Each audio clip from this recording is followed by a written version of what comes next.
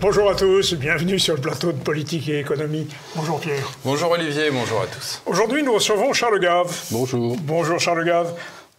Nos téléspectateurs vous connaissent. J'imagine. Vous avez battu un record en leur compagnie au moment du déclenchement de la guerre en Ukraine, puisque rien à voir avec moi et tout à voir avec le déclenchement de la guerre. 1 200 000 personnes vous ont suivi. Alors vous êtes dirigeant de GAFCAL, oui. Une société de recherche financière, et vous êtes président de l'Institut des libertés. Vous venez de publier un article tout à fait intéressant, même si son titre est un peu sinistre, oui. Entrer dans un trou noir. Et la première constatation que vous faites, c'est que, en réalité, nous sommes dans un monde totalement irrationnel. Ben oui. Alors, c'est pas un monde irrationnel, c'est un monde qui a à peu près une quarantaine d'années, avec les écolos, etc., a décidé de sortir du monde de la logique, de je pense donc je suis, que les mêmes effets produisent les mêmes causes produisent les mêmes effets, qui était dans le fond la civilisation aristotélicienne. On essayait de comprendre comment le monde marchait et puis de s'adapter, vous voyez, c'était un monde qui est dans le fond un monde de démiurge où c'est ce que je pense qui est la réalité. C'est-à-dire, dans le temps, on l'a pensé, c'était de penser la réalité pour pouvoir s'adapter. Aujourd'hui, on dit la réalité n'existe pas, ce qui est vrai, c'est ce que je pense moi, individuellement. Et donc, on est passé dans une société complètement magique. Oui, mais ça, c'est du wokisme aussi. Ça, c'est complètement le wokisme. Et donc, par exemple, on peut dire que ce matin, je me suis réveillé, je me sentais assez féminin, quoi. J'étais d'un seul coup une femme. Vous voyez ce que je veux dire? Et à partir du moment où je me sens une femme, personne n'a le droit de me dire que je ne suis pas une femme. Et Olivier de Lamarche suggérait qu'on puisse être une table ou une chaise aussi. Je me sens un peu table ce matin. Oui, on peut être, comme le dit un journaliste britannique assez célèbre, je me sens un pingouin homosexuel et je tiens à être reconsidéré par tout le monde comme un pingouin homosexuel. Vous voyez ce que je veux dire? Donc vous êtes un monde qui est quand même curieux, où quand j'étais jeune, je faisais des tournois de tennis, parce que je joue au tennis beaucoup, et à Lannemezan, qui est une petite ville du Sud-Ouest, dont je faisais le tournoi avec régularité. Je l'ai même gagné, mais il y avait un asile de fous. Oui, bien sûr. Bien sûr, à Lannemezan, oui. À Lannemezan, il y avait un asile de fous qui était... Et le terrain était entretenu par les fous, qui étaient très sympathiques. Et on nous disait, alors, ils sont très très gentils, mais si vous dites quelque chose, vous les contredisez pas, hein, parce que... Donc on savait très bien, dans les asiles de fous, qu'il y a un truc qu'il fallait pas faire, c'était contredire le gars qui disait qu'il était Napoléon ou Hercule ou j'en sais rien, quoi. Et on sent bien qu'aujourd'hui, on est dans un monde de fous. Les fous ont pris le contrôle de l'asile. Et nous n'avons pas le droit de les contredire. Mais pas du tout. Ils sont très fâchés si on les contredit. Donc ils veulent nous empêcher de dire qu'ils sont fous. Et de ce point de vue-là, il y a de sérieuses atteintes aux libertés. Bien sûr, parce qu'à partir du moment où on empêche de parler pour dire des bêtises comme en ce moment, si vous voulez, moi, je me sens frustré. Si les gens sont fous, j'ai envie de leur dire, dites les gars, vous n'êtes pas les plus à même de nous donner, d'élever des enfants, par exemple, je ne sais pas, mais à partir du moment où des gens considèrent que sur des enfants de 7, 8, 9 ans, on peut faire des atteintes à leur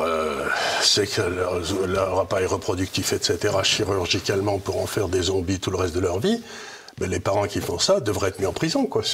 On n'a pas le droit d'attenter à l'intégrité physique jusqu'à ce que le gars ait 20 ans. Lui, il peut décider de se foutre en l'air, mais on ne peut pas demander aux parents, on peut pas donner aux parents le droit de foutre en l'air leurs enfants, quoi. C'est absolument incroyable. Donc, si vous voulez, on est dans un monde de fous. Et à partir du moment où vous êtes dans un monde de fous, la politique devient elle-même folle. Et la politique économique qu'on suit depuis des années est telle qu'elle arrive maintenant à des résultats qui sont bien évidents pour tous ceux qui regardent. C'est ce que j'essaie de mettre dans cet article. Et il n'y a plus de sortie logique. Voilà. On est à un moment dans l'histoire, si vous voulez, où mon métier, c'est d'essayer de comprendre ce qui se passe et puis de voir un peu les portes de sortie éventuelles pour se faire le moins massacrer possible. Eh bien, aujourd'hui, je ne vois plus de porte de sortie logique à la situation de la France. On va rentrer dans une période illogique, c'est-à-dire où plus personne ne respectera ni les lois, on va en période d'anomie totale. Voilà. Et qui se traduira économiquement par une récession. Qui se traduira par un monde très curieux. Qui se traduira à partir du moment où plus personne, par exemple, ne respecte ni les contrats ni la parole donnée. Pour l'État.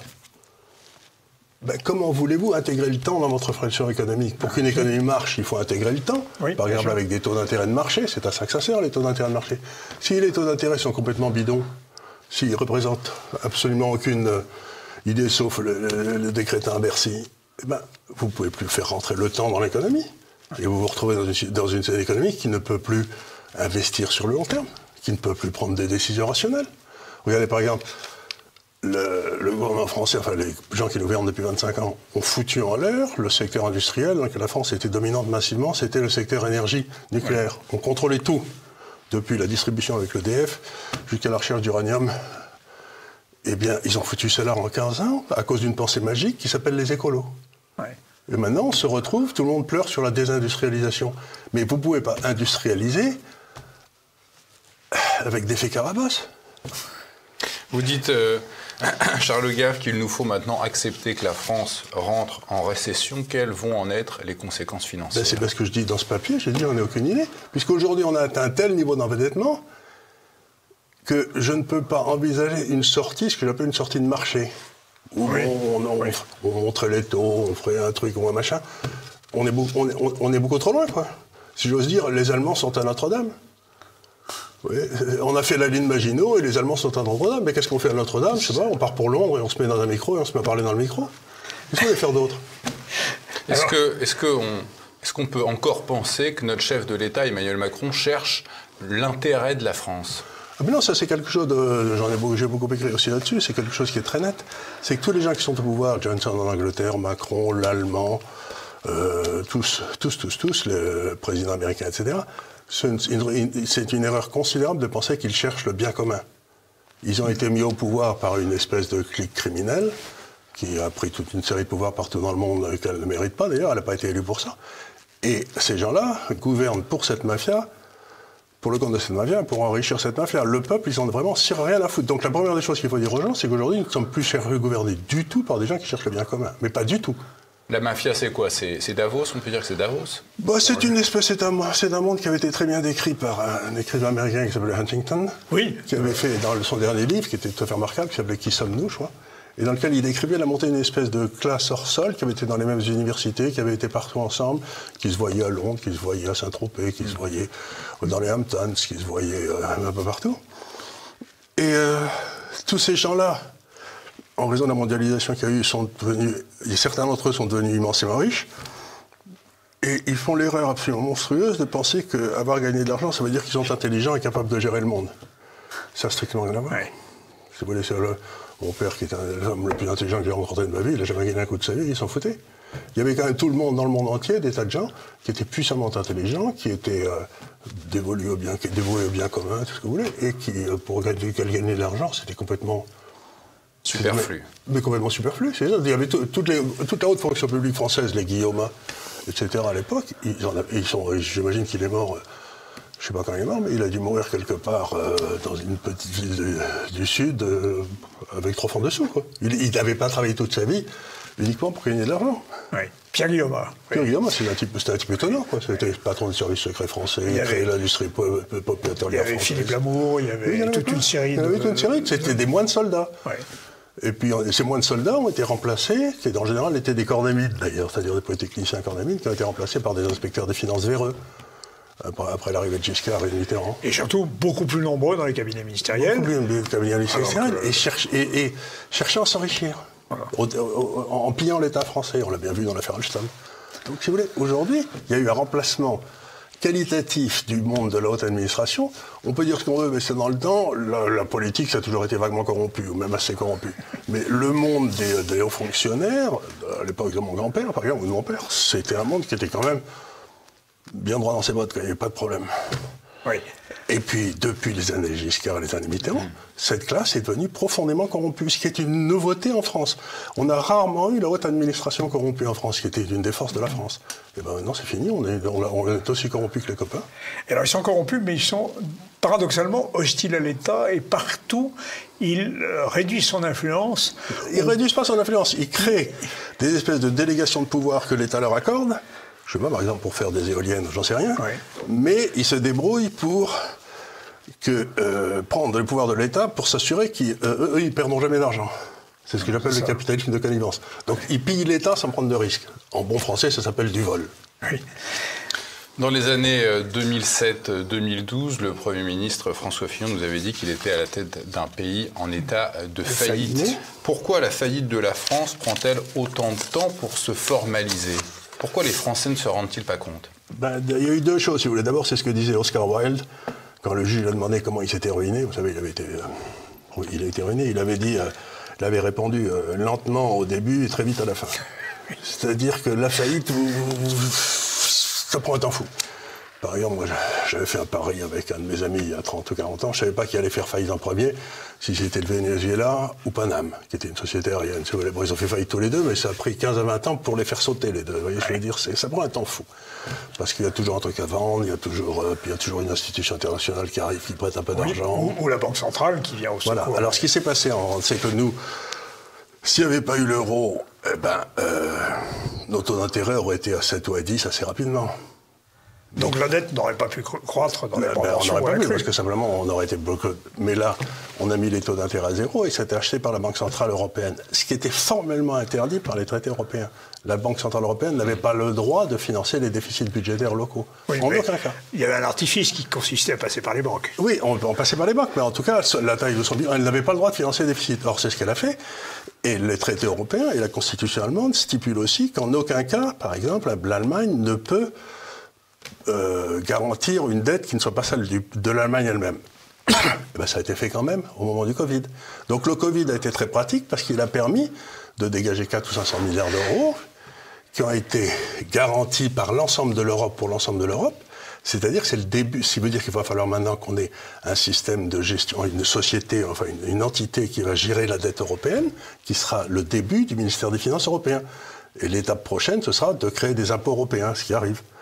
Donc, si vous voulez, on voit bien que s'il y a la souveraineté essentielle qui était la souveraineté budgétaire, on est en train de la perdre au profit de ce truc, et que personne n'a jamais voté pour ça en Europe, dans aucun des pays. Donc, on voit ces tentatives de prise de contrôle de souveraineté après souveraineté. La suivante, c'est la santé, la souveraineté sur la santé, qu'on est en train de déléguer à l'OMS. Et l'OMS, il faut savoir que c'est Bill Gates, quoi. Qu'est-ce qui fait que Bill Gates, il fait des vaccins? Donc, je peux vous dire qu'à partir du moment où c'est l'OMS, on va faire vacciner tous les 3 mois, au détriment de la sécurité sociale. Donc, on a eu une classe qui a comme ça pris le pouvoir et qui est quand même très extraordinaire. Parce que, par exemple, si vous prenez Macron aujourd'hui, c'est quand même la seule fois dans l'histoire de France que le roi de France n'aime pas son pays. C'est quand même extraordinaire d'avoir un président qui n'aime pas son pays. Mais c'est qu'il n'est pas roi de France. Non, mais enfin, si vous voulez, il est l'émanation, il a le... Oui. Il a la tunique, je veux dire, il est roi de France, il a été élu, quoi. Ça pourrait être la tunique de Désus. Oui, c'est ce qu'il a, mais il ne comprend pas. C'est-à-dire que c'est un homme qui ne comprend absolument pas ce pays. Oui. Et toute cette classe ne comprend pas. Et vous regardez quelque chose que j'ai trouvé très frappant, je crois que c'est les Échos qui ont publié, les résidences secondaires de la classe dirigeante. Oui. Une carte de la France. Et donc ça part aller de la Bretagne, ça descend le long de la côte atlantique, ça remonte le long de la côte méditerranéenne, ça va en Savoie, et c'est tout. Oui. C'est-à-dire qu'autrefois, le député local dans la Creuse, il avait sa maison de famille dans la Creuse, et il passait l'été là, il voyait les gens. Là, ils passent tous leurs vacances entre La Baule, Saint-Tropez et Courchevel. Le Touquet pour Emmanuel Macron. Le Touquet pour Emmanuel Macron. Et ils ne voient personne d'autre. Donc, c'est bling-bling, quoi, c'est la côte, quoi. Mais c'est la côte et c'est les montagnes. Mais ça veut dire qu'ils ne voient plus jamais des gens. Les gilets jaunes, ils ne savent même pas où ils habitent, quoi. Hors sol. Non, donc vous êtes une espèce de classe très curieuse que vous retrouvez en Angleterre, que vous retrouvez, et qui est à la fois... qui n'aime pas le peuple, là, vous savez, ils sentent des pieds, je ne sais pas quoi. Et ils en ont très peur. Oui. Ils en ont très peur. Et les techniques modernes de communication, l'Internet, leur permet d'avoir une interface, justement, entre eux. Oui. C'est-à-dire entre les hyperclasses américaines, anglaises, allemandes. Et c'est là, et donc, en se servant de leurs immenses sociétés, ils avaient pris le contrôle, ils étaient en train de prendre le contrôle de tout le système de communication, même pour le peuple, avec l'Internet. Et là, c'est là où Musk est arrivé. Oui. Et il a fait sauter tout ça, comme Solzhenitsyn avait fait sauter la pensée unique. Oui. Et donc, je suis fasciné par Musk, parce que c'est l'homme envoyé, c'est le nouveau Solzhenitsyn, c'est le gars qui fait péter le parler comme tout le monde. La chape de plomb. La chape de plomb. Il fait sauter il ça. a dit, même si je perds de l'argent, je dirai ce que je veux dire. Je dirai ce que je veux dire. Je m'en fous. Honnêtement, il a acheté sa boîte, je ne sais pas, 50 milliards de dollars. Il a viré 80% des gens, personne n'a vu la différence. Hein. Mais maintenant, il est en train de faire un deuxième coup. Il fait venir Tucker Carlson, qui est le plus grand... Qui a été viré parce qu'il avait dit des choses qu'il ne fallait pas dire. Et il va offrir sa boîte, là, à tous les grandes signatures qu'on empêche de parler. Qu'elles soient de droite ou de gauche, il s'en fout. Intéressant. Et donc, ce qui va se passer, c'est qu'il va foutre en l'air toutes les chaînes de télévision. Que personne ne va regarder à la télévision. Quand vous pourrez regarder tranquillement sur YouTube Tucker Carlson, avec je ne sais pas qui après, et un troisième qui peuvent être de gauche, de droite, en fouter, mais ils sont de qualité, ils pensent, plutôt que ces espèces de robots imbéciles qu'on a à la télévision et à la radio française. C'est-à-dire qu'il va faire sauter. Il va faire sauter Facebook, il va faire sauter... Il est en train de détruire complètement. On a une deuxième partie, Charles Gave va vous proposer, qui parle un petit peu plus d'économie et de géopolitique. Je vous propose qu'on commence maintenant pour finir dans les temps.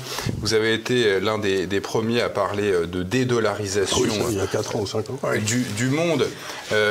Pourquoi l'abandon du dollar vous le dites, va profiter en premier à l'Inde? C'est une histoire compliquée, ça c'est une histoire, c'est un billard avec plein de bandes. Mais essayons de revenir à l'essentiel du dollar. D'où le dollar tirait-il sa principale force? Du budget militaire américain. C'était pas tellement privilège d'extraterritorialité peut-être. Ils ont exporté ça. Mais la réalité c'est que, retournons à l'état d'horreur avant la fin de la Deuxième Guerre mondiale. Qu'est-ce qu'il y avait? Vous aviez la France qui faisait du commerce, je ne sais pas, avec le Zimbabwe, et puis s'il y avait un déficit ou un surplus, on le soldait en or. Donc vous aviez un système qui était comme une espèce de toile d'araignée, où tout le monde communiquait avec tout le monde, et soldé en or. C'était donc il n'y avait pas de... Vous aviez de l'or, vous n'en aviez pas. Si vous n'en aviez pas, vous ne faisiez pas de commerce, et puis terminé. Et ce qui s'est passé en 1945, c'est qu'on a dit, si vous voulez faire du commerce international, vous devez d'abord passer par le dollar. Oui. Et c'est-à-dire que la France passe au dollar, et à partir du dollar, elle peut aller faire du commerce avec le Zimbabwe ou l'Afrique noire ou j'en sais rien. Dollar is as good as gold. Dollar is as good as gold. Donc vous aviez un système qui était complètement centralisé. C'était comme si vous aviez un vieil ordinateur IBM au centre, et puis avec des écrans un peu partout. Il fallait passer par l'ordinateur pour arriver aux écrans. Et aujourd'hui, ce qui se passe, c'est à partir du moment où vous pouvez payer votre pétrole en autre chose qu'en dollars. La raison pour laquelle vous étiez obligé de passer du dollar, comme tout le passait par le pétrole, et que l'énergie, l'économie, c'est de l'énergie transformée, si vous n'aviez pas de dollars, vous n'aviez pas accès à l'énergie, vous étiez cuit. Vous pouviez vous arrêter. Et les moyens de paiement, le système de paiement, c'était SWIFT, aussi, ce qui était aussi un système américain. C'est-à-dire, un, vous deviez avoir des dollars, et deux, vous deviez le faire passer par les tuyaux que les Américains choisissaient. Et ce qui vous leur permet de savoir ce que vous faisiez en temps réel. C'est-à-dire, dans le vieux système, il y avait, où tout le monde parlait à tout le monde, vous aviez, pour parler simplement, comme vous faisiez une affaire, il y avait votre banque, la banque du gars avec qui vous travaillez, puis il y avait vous et votre client qui savaient ce qui se passait. Et depuis le système américain, vous en aviez un cinquième qui était au courant, c'était la CIA. Ce qui était bien pratique pour vous faire des affaires contre vos concurrents, quoi. Donc, parce que toutes les informations de la CIA passaient aux entreprises américaines. Et là, ce qui se passe, c'est qu'on va retourner à un système où chacun va pouvoir acheter son pétrole dans sa propre monnaie, et vous passez plus, le dollar n'est plus un passage obligé. C'est ce que l'Inde fait avec la Russie, c'est ce que la Chine fait avec la Russie. C'est ce que la Chine fait avec la Russie, c'est ce que la Chine commence à faire avec l'Arabie Saoudite, c'est ce que le Brésil... Même le Brésil, oui. Même le Brésil. Alors ce qui se passait aussi, c'est que, par exemple, tous les pays d'Asie, quand Taïwan vendait à la Corée, ils vendaient en dollars US. Ils achetaient en dollars US. Tout le commerce international en Asie était en dollars US. Parce que c'était pratique, ça marchait, il y avait les tuyaux, on n'avait pas à s'embêter. Mais maintenant, compte tenu du fait qu'ils peuvent vous interdire les tuyaux et qu'ils peuvent vous interdire d'aller vers le dollar, de servir du dollar comme ils l'ont fait à la Russie, si d'un seul coup les Américains vous aiment plus, ils disent « Ah ben non, moi vous ne servez plus du dollar et vous ne servez plus des tuyaux. Donc vous êtes cuits. » Donc ce qui veut dire que maintenant tous les pays doivent monter leur propre système d'échange dans leur monnaie de façon à ne pas se faire coincer par les États-Unis. C'est ce qu'ont fait les Russes en construisant un modèle alternatif à SWIFT, le modèle américain. Voilà, ils sont en train de le faire avec... Et on voit très bien ce qui est en train de se passer, c'est-à-dire dès ce moment où on se libère de la tyrannie du dollar pour acheter l'énergie, qui était quand même l'essence de leur pouvoir, il n'y a plus grand-chose, parce qu'eux, ils n'ont pas grand-chose à vendre, si ce n'est justement vous tapez sur la figure si vous voulez sortir du dollar. Parce que aussi bien Saddam Hussein que Kadhafi, quand ils ont voulu sortir du pétrole, ils ont eu une espérance de vie qui s'est rétrécie de façon extraordinaire. Hein. Alors, ou même la Poutine. Hein. Là, les Américains ont quand même fait une énorme erreur. Vous dites à un moment d'ailleurs que c'est un échec diplomatique épouvantable pour l'Amérique. Comment se fait-il qu'ils se soient à ce point trompés parce que finalement, ils se sont tirés une balle dans le pied. Ils se sont tirés une balle dans le pied, mais vous savez, regardez par exemple, dans l'histoire, vous êtes un spécialiste dans l'histoire, mais par exemple, le but de la diplomatie française pendant 3 siècles après Richelieu, c'était de se payer l'Autriche-Hongrie. Quand on a fait gagner la guerre de 14-18, à la place de réduire la Prusse, oui. On est allé se payer l'Autriche-Hongrie, et l'Autriche s'est retrouvée ayant diminué son territoire de 93%, il ne restait plus rien. Donc on a détruit la puissance qui faisait l'équilibre entre la Russie et l'Allemagne. Oui. Et donc, si vous voulez, que les diplomates soient imbéciles, qui se trompent tout le temps, l'histoire en fait preuve, quoi, je veux dire. Mais est-ce que, en cas de dédollarisation accélérée et d'affaiblissement de la puissance elle-même, je dirais d'anarchie d'équilibre, enfin d'impossibilité d'équilibre mondial, même si je ne me satisfais pas de l'équilibre qu'assurent les Américains aujourd'hui. J'ai écrit un bouquin avec mon fils il y a 4-5 ans qui s'appelait The Clash of Empires, qui était en anglais, le clash des empires. Et il est tout à fait évident que la Chine travaille avec toute une série de pays autour d'elle pour avoir un système alternatif qui se met en place si le dollar n'est plus là, instantanément. Ils ont une banque mondiale, ils ont un FMI, ils ont un marché du pétrole en yuan à Shanghai. Ce marché du pétrole en yuan, si vous avez trop de yuan par exemple, vous pouvez les changer auprès de la Chine en or. Oui. Donc ils ont déjà mis en place tout le système, et ils ont qu'à appuyer sur un bouton, et aujourd'hui, si vous voulez, le commerce interasiatique est beaucoup plus important que le commerce de l'Asie vers le reste du monde. Donc pour eux, ce qu'ils disent, c'est bon, on va faire une espèce de forteresse où moi Chine, je me débrouille. Mais il n'y aura pas une autre monnaie de réserve. Voilà. La grande différence, c'est que personne n'aura les privilèges du dollar. Ouais. C'est-à-dire que chacun, il échangera avec sa propre monnaie, et en fin d'année, on ira faire les comptes et on dira, bon, ben, tu me dois 10 kilos d'or, quoi, ou tu me dois 10 tonnes d'or. Et dans cette affaire, l'euro, alors... Il ne sert à rien. Il sert à rien. Il sert à rien. Et en plus, l'euro, si vous voulez, on avait été assez intelligent. Grâce à Schröder, on a acheté la plus grosse partie de nos besoins d'énergie en Russie, et qu'on payait en euros. Et comme ils avaient trop d'euros, ces braves Russes, ils nous les renvoyaient dans nos banques centrales pour acheter des obligations d'État qui leur serviraient de réserve de change. Voilà. Tandis qu'aujourd'hui, on ne veut plus de leur sale pétrole parce qu'ils, je sais pas, bref, on n'en veut plus. Et donc ce que doivent faire les Européens, c'est acheter du pétrole en dollars qu'ils n'ont pas. Alors ce qui se passe. Et donc, on n'a plus de contrat à long terme, donc on doit l'acheter plus ou moins dans le marché spot. Oui, le marché spot qui est beaucoup plus cher que le marché à long terme. Et surtout beaucoup plus volatile, on ne peut pas faire des prévisions à long terme. Donc, je crois qu'on assiste, sous la conduite avisée de l'Allemagne, au 3e suicide de l'Europe, comme le deuxième, comme les deux précédents, si vous voulez, 39-45 et 14-18.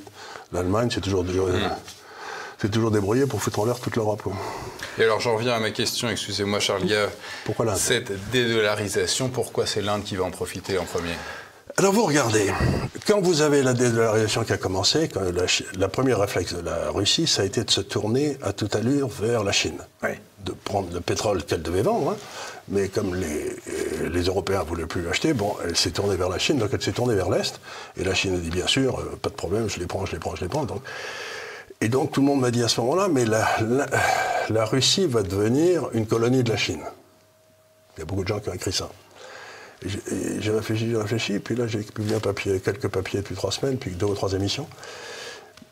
C'est pas ce qui va se passer, parce que vous regardez maintenant, le couloir qui part de Saint-Pétersbourg et qui descend vers la Turquie, l'Irak, l'Iran, le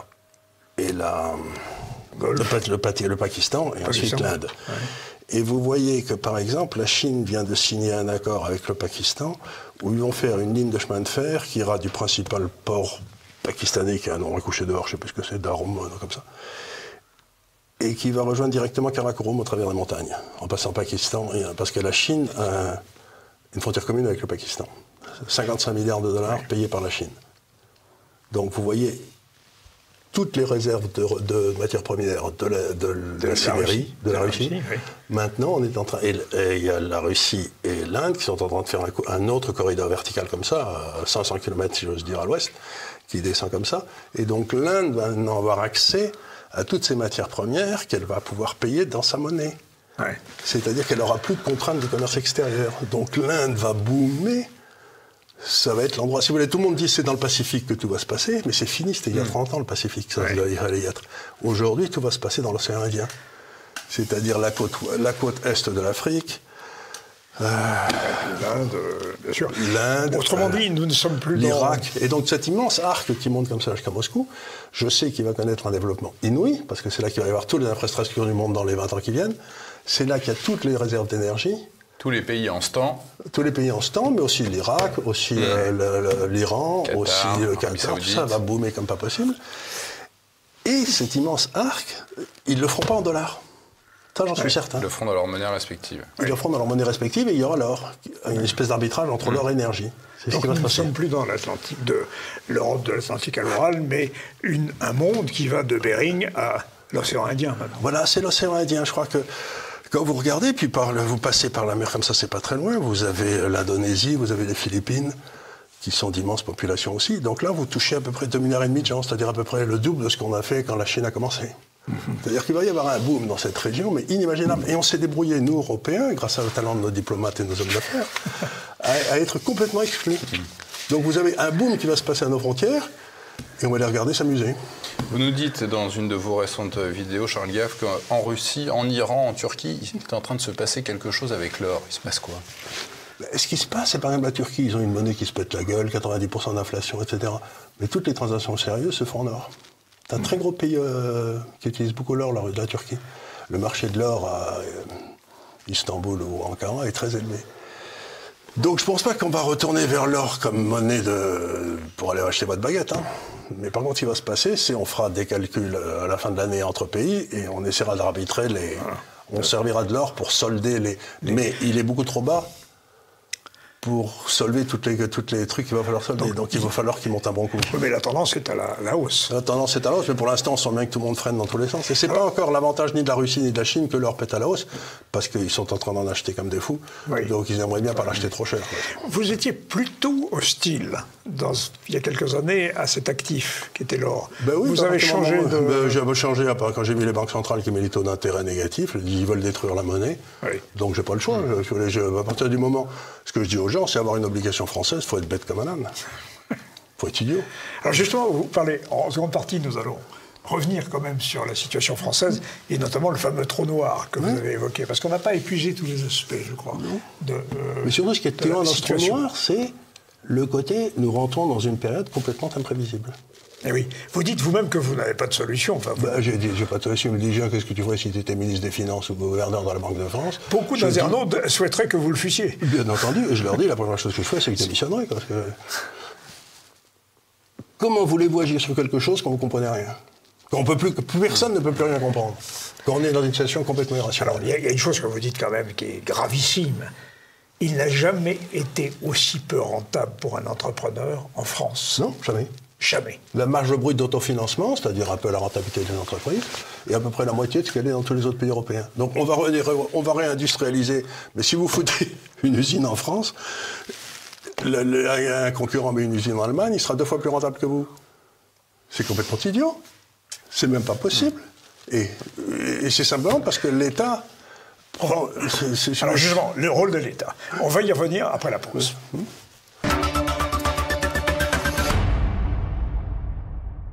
Alors Charles Gave, le trou noir, et vous dites vous-même que vous seriez ministre des Finances, vous démissionneriez. Cependant, vous avez quand même une analyse sur le rôle de l'État. On vient de voir que jamais, dans l'histoire économique de la France, il n'a été aussi peu rentable d'être entrepreneur en France. Absolument.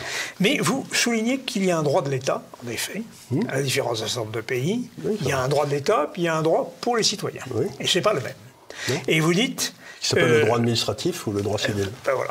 Et vous dites, il ne peut pas y avoir deux droits dans un seul État. Non, il y en a toujours un qui prendra le pas sur l'autre. Et en France, c'est en particulier depuis la fin des années mettons De Gaulle-Pompidou, où il y avait un certain respect historique du droit civil, eh bien, nous sommes dans un monde où le droit administratif est devenu supérieur au droit civil. C'est-à-dire que vous êtes un entrepreneur, vous prenez des décisions qui vont rapporter de l'argent dans 5, 10, 15 ou 20 ans, parce que vous avez le temps devant vous, et vous avez le droit de propriété qui est un droit constitutionnel.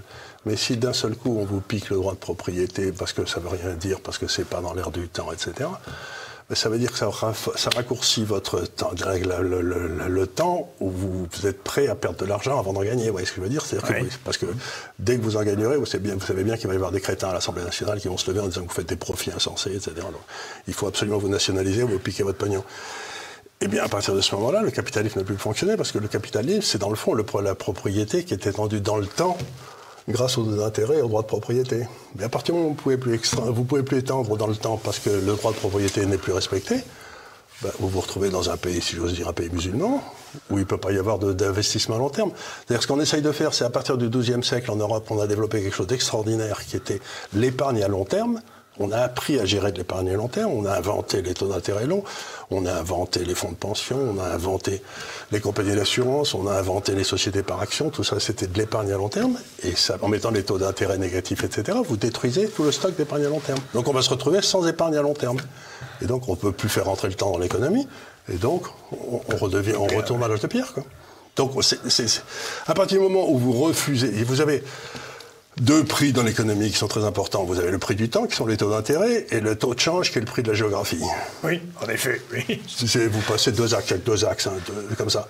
Ben, si vous faussez le prix du temps, et si vous n'avez plus de prix de géographie, parce qu'on considère que les Allemands et les Français, c'est la même chose, alors que c'est pas vrai, eh ben, vous êtes dans un monde qui est, dans le fond, quand les bornes sont dépassées, il n'y a plus de limite, vous ne savez plus où vous êtes, vous ne pouvez plus prendre une décision, vous êtes foutu. Donc, on a bâti un monde qui est extraordinairement hostile aux preneurs de risques et extraordinairement favorable aux suceurs de roues et aux passagers clandestins. Et on ne pense qu'à sauver les passagers clandestins. Ben, les passagers clandestins, dans le bon vieux temps, dans la marine royale, quand il y en avait à bord, on le foutait par-dessus bord et puis on ne pensait pas trop. Le passager clandestin, c'est le drame des sociétés actuelles. C'est-à-dire des gars qui sont là, qui ne travaillent pas et qui entendent avoir des revenus. Comme le dit un sociologue allemand qui m'a beaucoup amusé, anglais, parce que les Allemands, ils m'amusent rarement. On est dans ce qu'on appelle l'ineptocratie, où les gens les moins capables de gouverner sont élus par les gens les moins capables de travailler, et au détriment de ceux qui bossent, qui restent une minorité, donc ils se font toujours massacrer. Donc aujourd'hui, on est en ineptocratie. C'était un truc auquel n'avait pas pensé Aristote. En effet. On y est en plein. Auquel il semblerait que M. Bruno Le Maire est membre d'honneur. Il est membre à vie. Oui, c'est ça. Il a été nommé sénateur à vie de l'ineptocratie. Alors, pour revenir à ça, vous faites même une comparaison historique en disant, c'est intéressant d'ailleurs, Bernadotte est celui qui a établi en Suède les institutions démocratiques qui sont à l'origine de la Suède actuelle. Et la démocratie, il fonctionne. Au contraire, en France... Vous savez où vous les avez piqués, ces trucs? C'est qu'il était berné. Ah oui, dans la tradition. Dans la tradition, il y avait le Parlement de Béarn, il y avait... Bien sûr. Donc il les a filés aux Suédois. C'est intéressant, là. Et nous, on a pris un bandit corse. Voilà, on a pris un bandit corse qui nous a fait le droit de l'État. Et le résultat... Et 3 millions de morts. Oui, 3 millions de morts. On s'étonne parfois du culte de Napoléon. Mais, bon, ça... C'est une autre histoire, c'est un débat historique. Il nous a fait voir du pays à pied en Europe, ça c'est bien. Oui, et retour.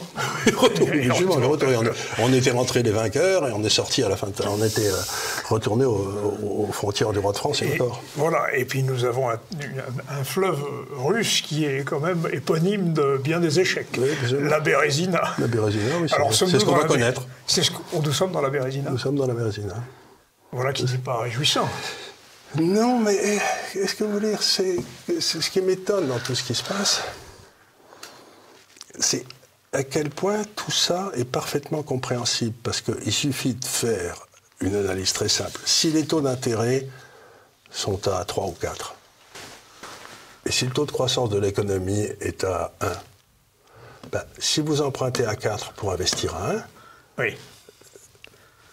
À un moment, ça s'arrête. Hein. Les deux exponentielles, finalement... Oui. Or, ça fait 25 ans qu'on le fait, ou 30 ans qu'on le fait. Donc, n'importe qui, avec un tableau Excel, peut comprendre en 2 secondes que nous sommes dans une situation complètement insoutenable.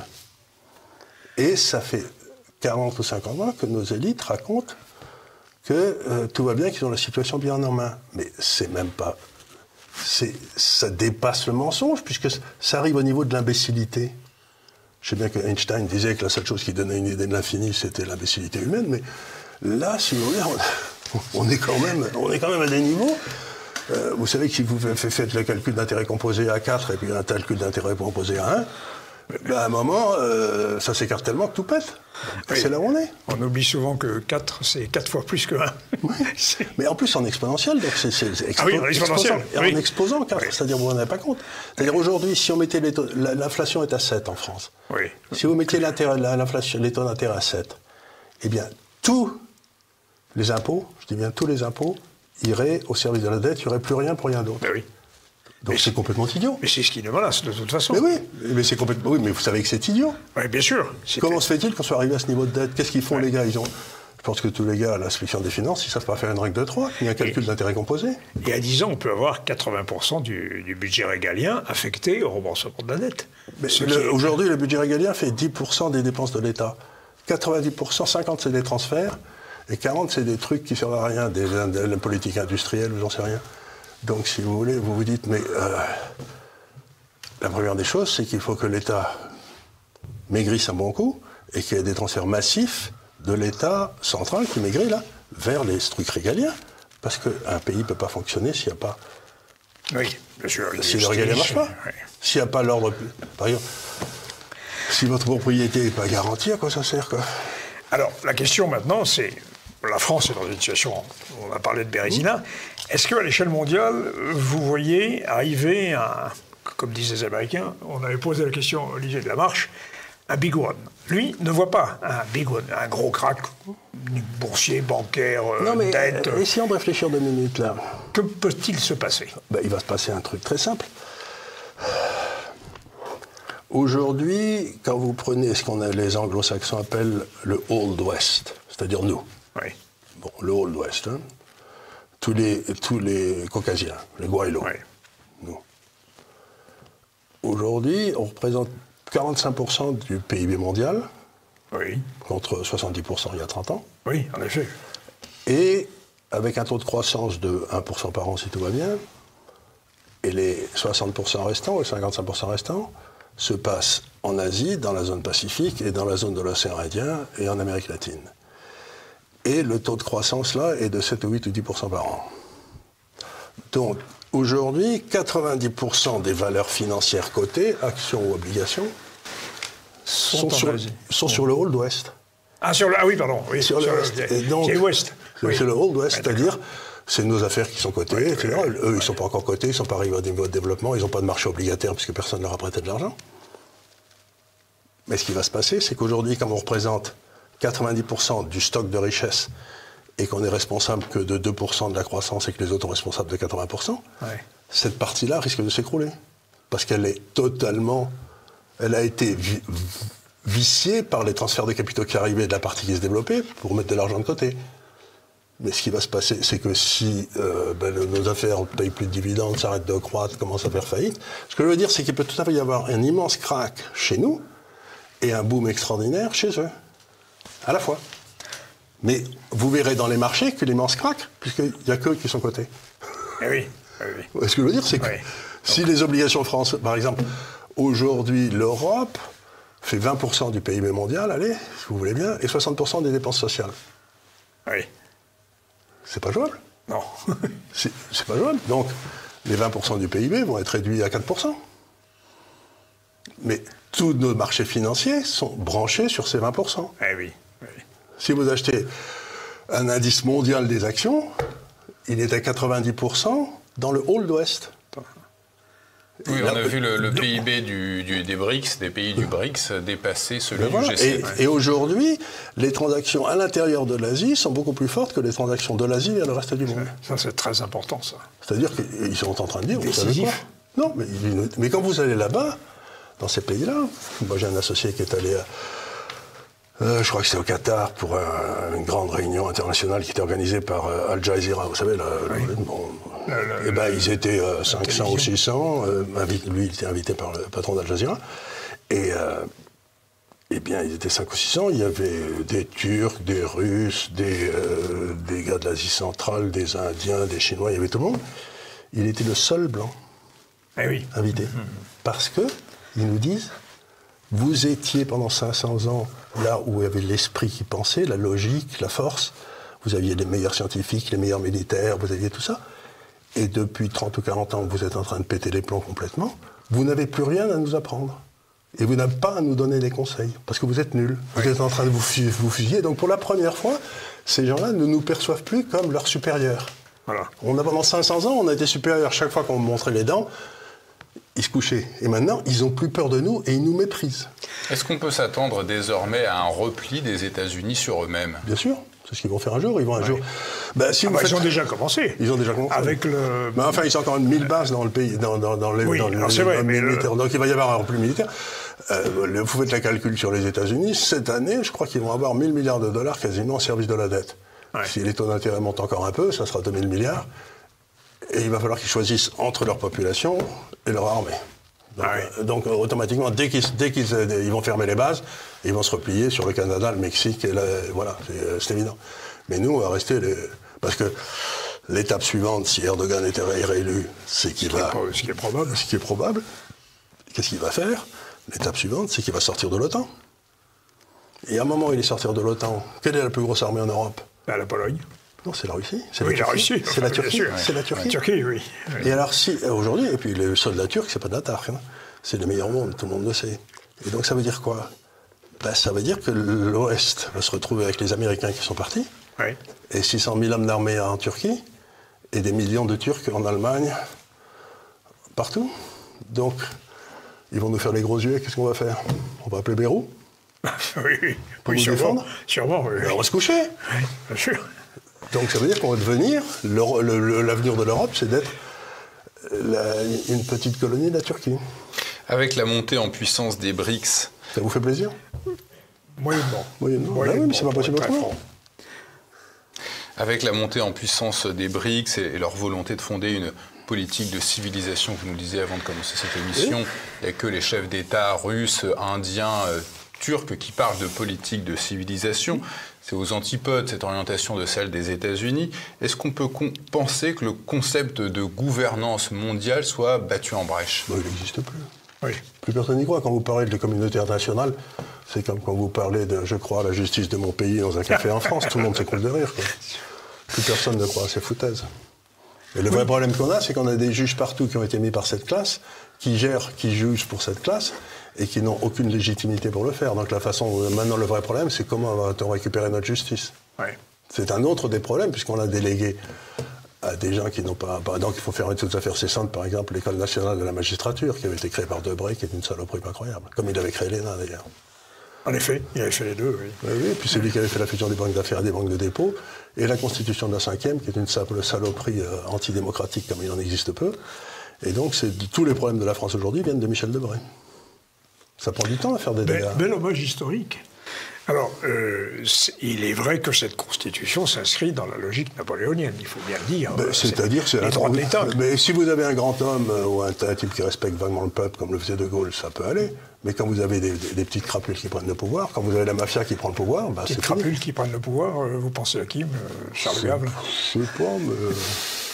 Je ne veux pas donner de nom, parce que ça pourrait faire de la peine, mais enfin, l'aimable lecteur aura trouvé de lui-même, quoi. Alors, donc, l'Europe... Mais l'Europe, elle est foutue. N'existe plus. Mais par contre, arrêtez une seconde ici. Vous avez des sociétés incroyables en Europe. Oui, c'est ça, il y a quand même du... Il y a quand même... qui, elles, ont compris il y a très longtemps, LVMH, L'Oréal... Schneider, Air Liquide, etc. Qui ont compris des techniques, etc. Elle était vendue aux Américains, celle-là. Oui, mais par une petite société texane, maintenant elle a repris ses pions. Donc, vous avez toute une série de sociétés qui sont des vraies multinationales, qui produisent partout et qui vendent partout. Et elles seront parfaitement adaptées au monde qui arrive. Oui. Moi, je me fais du souci pour le rentier européen. Lui, il est mort. Oui. Mais le type qui travaille dans une société européenne, qui est de bonne qualité, qui fait des choses dont on a besoin, et qui n'a pas besoin de demander la permission à Bercy pour aller faire pipi, et bien là, vous avez des vraies sociétés françaises qui représentent un immense acquis D'ailleurs, vous avez qu'à voir, à l'Assemblée nationale, ils n'arrêtent pas d'en dire du mal. Donc ça doit être bien. C'est bon signe. C'est bon signe. Est-ce que le potentiel scientifique aussi... Il a beaucoup baissé. Voilà, c'est ça le problème. Il a beaucoup baissé. La qualité de l'éducation s'est effondrée. Oui. Alors ça, c'était une vraie question.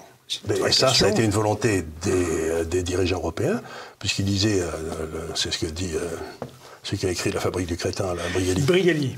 Brigelli, il dit, il y a eu un accord qui a été signé à Lisbonne, je crois, à la fin du siècle. Lisbonne, oui. Et dans lequel il disait qu'il fallait qu'il y ait à peu près 10% de type qui soient capables de gérer tous les crétins, et puis 20% pour qu'ils aient des cadres, et puis 70% qu'ils soient des abrutis, quoi. C'est pas la peine de former 70% des gens. C'est-à-dire qu'on a trahi ce qui était, dans le fond, la grande réussite de la Troisième République. Voilà, c'est ça. C'était de faire monter, de trouver Camus, de trouver Jaurès. Voilà. De trouver l'orphelin des faubourgs d'Orléans qui s'appelait Charles Péguy, voilà, et qui intègre Normal Sup. Voilà, et ça, c'était la grande noblesse de ça. Et ça, on a décidé que c'était plus la peine que... aujourd'hui, la quasi-totalité des grandes écoles en France viennent de 30 jardins d'enfants à Paris. C'est monstrueux.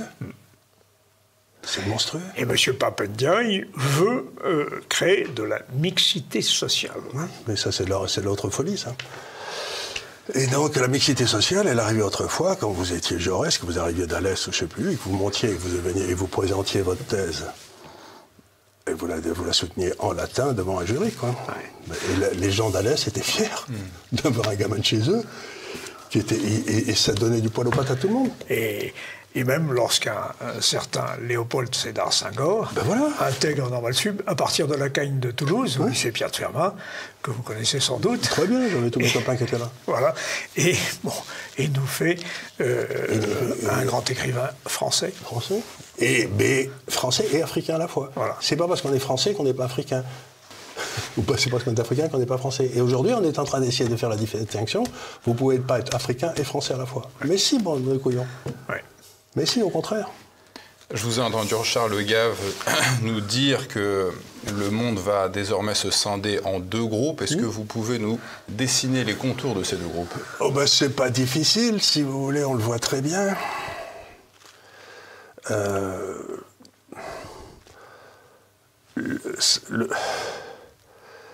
Vous avez, dans le fond, les anciennes puissances coloniales, auxquelles vous pouvez rajouter les États-Unis, bon, qui ont perdu absolument toute confiance en elles, qui sont maintenant persuadées que, enfin, elles n'ont plus de, elles n'ont plus de message civilisationnel à donner. Elles n'expliquent pas que dans le fond, la France, c'était, tout le monde devait avoir un ancêtre gaulois parce que c'était beaucoup mieux. Bref. Et donc, vous avez toute cette ancienne civilisation technologique qui est en train d'abandonner la technologie parce qu'ils retournent à la pensée magique, tous. Et ceux qui sont en train de sortir de la pensée magique et qui retournent, et qui sont en train d'aller vers la civilisation, eh bien, si vous laissez la Chine, aujourd'hui en Chine, en un an, ils font plus d'ingénieurs que les États-Unis en 30 ans. En un an, chaque année. Même chose en Inde. Donc vous avez une montée puissante. Et vous regardez les classements de pizza, vous savez, les pizza, les trucs, et ben, il y a 20 ans, c'est avec des universités chez nous aux États-Unis, et maintenant, dans les 20 premières, vous devez en avoir 7 en Asie. Ouais. Donc, on voit très bien le changement intellectuel se produire, c'est-à-dire que là où l'esprit se libère de toutes ces vieilles contraintes de bêtises, etc., c'est en Asie, c'est en Afrique, c'est en Amérique latine, et c'est en Inde, et là où l'esprit est en train de s'enténébrer à toute allure, c'est chez nous, donc c'est pas difficile de voir la frontière.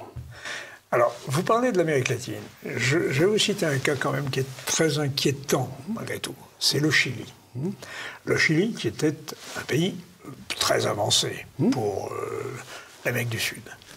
Le Chili est en train de sombrer dans le wokisme, dans le LGBTQ. Je sais pas si vous avez vu, ils avaient, par exemple, les partis conservateurs, ils avaient fait une espèce de constituante, ils avaient fait des élections pour une constituante qui devait changer la Constitution. Eh bien, il y a 15 jours ou 3 semaines, les Chiliens ont voté à 65% pour des gens qui ne voulaient pas du truc wokisme. Donc le Chili... Alors, encore, il y a une réaction. Non, mais il y a une réaction, mais ce que je veux dire une fois, ça ne veut pas dire qu'il n'y a pas de wokisme qui est chez eux, mais ça veut dire que quand il arrive quelque part, vous savez, c'était comme sur le terrain de rugby, quoi. Quand un type qui vous embêtait un peu trop, Vous pouvez dire où était l'arbitre, répond. Bon, ça ne se dit pas. Mais non, ça se pense. L'arbitre, d'ailleurs, ne regardait pas trop à ce moment-là. Si le type était vraiment trop casse-pied, il disait oui. Bon, faites votre devoir, jeunes gens. Alors, cela étant, en France, par contre, il ne semble pas qu'il y ait de vraies réactions à cette idéologie qui se répand partout. Mais elle se avec répand des dans cette classe figures effrayantes de crétinisme avancé. Et là, surtout, maintenant, ils n'arrêtent pas d'attaquer les enfants. Oui. C'est ça qui me fait le plus peur, c'est qu'ils vont s'attaquer aux enfants. J'ai vu qu'on avait, à l'école alsacienne, là, il y a 2 jours, on a envoyé des travelots pour expliquer aux enfants ce qui se passait. Mais les parents ont protesté, tous. Ils ont tous protesté, mais je vous signale que c'est tous des gens de gauche. Oui. C'est tous des gens de gauche. Donc si ça avait été à Saint-Denis, ils n'auraient rien dit. Mais à Saint-Denis, les travaux... La Légion d'honneur, ça va pour l'instant. Oui, la Légion d'honneur, ça va. Mais si on avait envoyé les travelots à Saint-Denis, il est probable que les familles musulmanes du coin leur auraient fait une fête. Comme le footballeur avec l'uniforme. Oui, qui n'a pas voulu. Donc, moi, ce qui me surprend, c'est que chaque fois que je passe dans la rue, les gens me disent « merci beaucoup », parce que toutes les bêtises que je raconte comme ça en ce moment. Et il y en a 2 sur 3 qui viennent me dire « mais vous êtes musulman, vous pensez comme un musulman ». C'est-à-dire que pour eux, maintenant, ils associent la religion musulmane à des gens normaux. Oui. Et que nous, on est devenus anormaux. Oui, c'est la tradition, quoi. On est sorti de la tradition. On est sorti de le père, la mère, les enfants, la famille, l'éducation. Oui. Ça nous intéresse plus. Et alors, le pire, c'est qu'on ne fait plus d'enfants. Donc, la grande nouvelle des 30 ans qui viennent, c'est qu'il n'y aura plus un Caucasien en Europe dans 30 ans. Bon, mais c'est fait, quoi. Je crois on n'existe plus, on est mort, c'est fini. Mais alors, en un mot, elle se résumait à quoi, notre tradition occidentale ? C'était un individualisme qui n'était pas de l'égoïsme fondé sur la compétence. Voilà, c'était ça. Le message de l'Évangile, c'était l'individualisme, et pas l'égoïsme, fondé sur la compétence, c'est-à-dire tu fais ce que tu dois faire le mieux que tu peux. Oui. C'était ça ce qui faisait notre force. Vous appuyez sur l'Évangile, donc en un mot, la tradition, c'est le Christ, alors. Mais c'est tout à fait évident, vous savez. Vous avez écrit un livre dans ce sens. Tout à fait, dans lequel j'expliquais que si vous lisez l'Évangile, il y avait 2 choses qui sortaient. La première, c'est que Dieu ne savait compter jusqu'à 1. Il n'en avait rien à foutre, des groupes, de tout ça, il savait compter jusqu'à 1. Et deuxièmement, tous ceux qui prenaient des risques dans les évangiles, le fils prodigue, la femme adultère, n'importe qui, ça ne faisait rien s'il avait échoué. Mais il n'était jamais condamné. Mais celui qui prenait pas de risque, qui enterrait son talent, lui, il allait en enfer. Donc la base de notre civilisation, c'est l'individualisme dans la recherche de l'excellence. Mais ça veut dire que vous avez un devoir vis-à-vis de ceux qui sont moins bons. Et de l'autre côté, vous avez la prise de risque. Si vous ne prenez pas de risque, vous allez en enfer. Et c'est vrai, parce que vous allez vous emmerder toute votre vie. Donc c'est pas à l'État de prendre en charge le pauvre, c'est à nous. Bien sûr. Par exemple, aujourd'hui, si vous parlez à la quasi-totalité des maires un peu partout, ils savent très bien qu'ils ont des familles chez eux qui sont vraiment dans le besoin, qui n'ont pas eu de peau, le père est mort, etc. Donc cela, il faut les aider. Puis qu'il y a des familles de passagers clandestins. Et normalement, toutes les aides sociales devaient être distribuées par un comité dans lequel il y aurait les gendarmes, le maire et le curé du village. Parce que là, ils donneraient le pognon à ceux qui en ont vraiment besoin et pas aux branlotins. Or là, on le fait faire à Paris. Personne n'y comprend rien. Par exemple, il y a une ville qui est entre 4 départements dans le sud-est, là. Juste à la frontière de 4 départements. Et bien les types, ils ont 4 subventions. 4 subventions. 4 RSA ou je sais pas quoi. Parce que c'est tenu au niveau du gouvernemental, c'est pas centralisé. Et les budgets du RSA sont payés par les départements qui sont dans une situation très difficile sur le plan surtout qu'on leur a retiré une grosse partie de la recette avec la fin de la taxe d'habitation. Donc, si vous voulez, j'ai eu une conversation avec un type que j'aime bien, qui s'appelle Isnar, qui est le maire de Cannes. Il dit c'est une sorte de fou. Il est très bien, ce gars-là. Et il dit, il y a 30 ans, les hôpitaux étaient gérés par les élus locaux, les médecins locaux, et ça marchait le teneur de Dieu. Il y a Juppé qui est arrivé, qui a viré tous ces gens-là, qui a mis des fonctionnaires. Et il n'y a plus un hôpital qui marche, mais il y a 35% de gens en plus qui remplissent des papiers, qui font des tampons. Il n'y a plus personne pour soigner les gens. L'ENARC est passé par là. L'ENARC, c'est là où passe l'ENARC, la compétence disparaît. C'est effrayant. Donc, ce qui se passe, c'est Attila. Exactement. Et ce qui se passe, c'est que quand vous regardez les civilisations, c'était la seule qui a été profondément individuelle, c'est-à-dire où le but c'était l'excellence pour chaque individu, alors que toutes les autres civilisations, c'est la survie de la tribu. Ou du groupe. Et on était les seuls. Et maintenant, on est en train de dire il faut faire survivre simplement les plus crétins. Ceux qui ont réussi, ils doivent être punis. Mais non. C'est du darwinisme à l'envers. On fait du darwinisme à l'envers. Mais regardez notre système fiscal, vous tapez sur le gars qui a gagné les 4 talents pour filer à celui qui a rien foutu avec un talent. C'est exactement le contraire. On fait du darwinisme. On a survécu des diplodocus. Eh bien, nous allons connaître donc une Europe peuplée de diplodocus. Oui. Ou de jeunes qui ne viendront pas d'Europe. Ben voilà. Et on sait que le diplodocus, lorsqu'il était mordu à la queue, avant que l'influx arrive à son cerveau, il était déjà mangé. Il était déjà mangé, mais il s'en était pas rendu compte. Voilà. Mais si vous voulez, c'est extrêmement important parce qu'on voit bien que notre civilisation, et je vais finir ici, mais notre civilisation aujourd'hui, c'est une civilisation de la mort. C'est-à-dire, c'est l'euthanasie. Toutes les mesures prises par cette classe, c'est pour favoriser la non-existence ou la mort. Alors que notre civilisation, c'était la civilisation de la vie. Et donc, on est depuis 30 ans, 40 ans, on est passé d'une civilisation qui favorisait la vie à une civilisation qui traite la mort comme seul but. Une culture de mort. Une culture de mort. C'est ce que disait Jean-Paul II. Jean-Paul II, en effet. Eh bien, Charles Gave, merci. Merci pour ces excellentes réflexions. Et à très bientôt. Oui, comme vous voulez, mais... Et de même, nous disons à nos téléspectateurs à très bientôt aussi. Oui, merci Pierre. Merci. Et à la semaine prochaine.